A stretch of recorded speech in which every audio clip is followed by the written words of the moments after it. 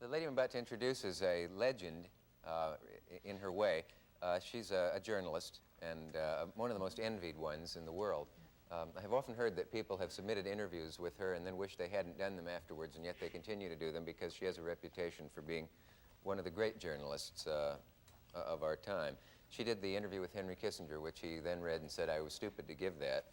And it's very rare for him to give a private interview, but she got one. And then she did an incredible interview with President Thieu of South Vietnam.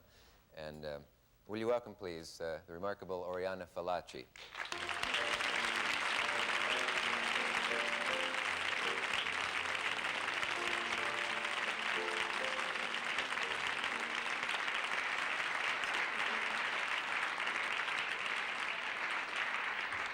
This can't be very exciting for you. You've covered wars and riots and been in planes and tanks and trenches and the Middle East and everywhere. And it's my work.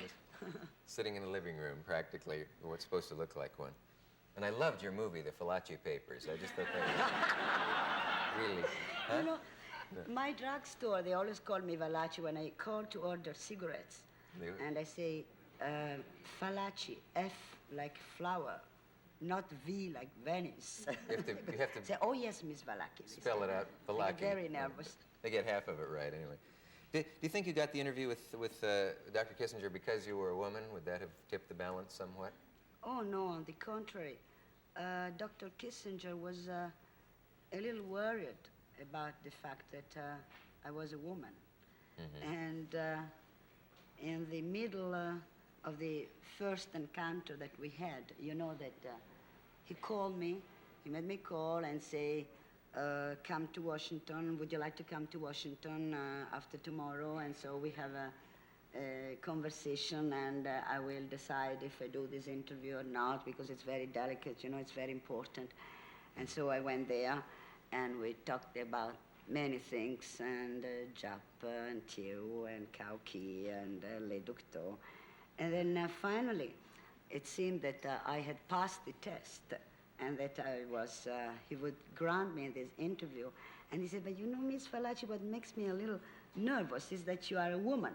And I said, that I can't afford, honestly. I said, I don't know what to say about that. And he said, because, you know, I had a bad experience with a woman journalist. You know, that French woman who wrote, no, you know, she wrote that Dear Annie, that book, etc. And then I said, listen, Dr. Kissinger, I can only promise you that I'm not going to marry you. I'm not going to fall in love with you. And if you want, I may come with a pair of mustache. Did that break the ice? And, it's very difficult to break the ice with Henry Kissinger. He's a rather shy man. You said to him somewhere in the interview, you're the toughest person I've ever tried to interview or something, or you're the most protective or offensive or something? At the end of the interview, mm-hmm. which was supposed to be much longer than it was, but Nixon called him. I mean, he kept calling him every 5-10 minutes. He was continuously interrupted. Yeah. And in the very end, he's, you know, he's very cautious. He speaks in a very low voice, and mm-hmm. he pays much attention to what he says. And he doesn't open. And a couple of times I tried to push him, you know, to open himself a little more. And he said, why should I say that to your magazine and to you? I said, well, since I'm here, then let's try to do it better. But, and then I said to him, are you shy? It seems to me that you are a shy man. And he said, partially, yes, I am shy, you know. And it was difficult. He's closed. He protects himself very much. He's closed? Yeah. I don't know if you say it's the right word in English. I mean, you know, not an open. Oh, he's closed. I said he's closed. No. Yeah. What were the parts that he regretted then afterwards? Did he tell you? I guess that he regretted the whole interview. Mm-hmm. I guess that he regretted to have seen me, which offended me very much, because I did,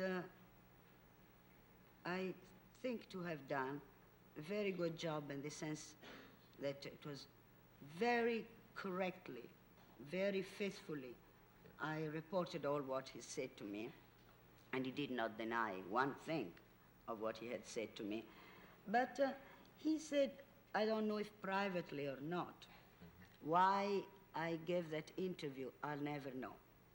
Now, this is not fair, because he knows very well why he gave me that interview. He said it to me. Number one, he knew my book, Nothing and Subito, the book on Vietnam. Mm-hmm. And number two, he knew particularly well my interview with General Giap in Hanoi, the one I did in Hanoi in February '69. Yeah. And in the first meeting that we had on November the 2nd at the White House, he said to me, you know that I never grant any individual interview. You know that I don't like to be interviewed only in press conferences. The reason why I see you, the main reason why I see you, we had never met before, this is interesting, is that I know very well your interview with Giap.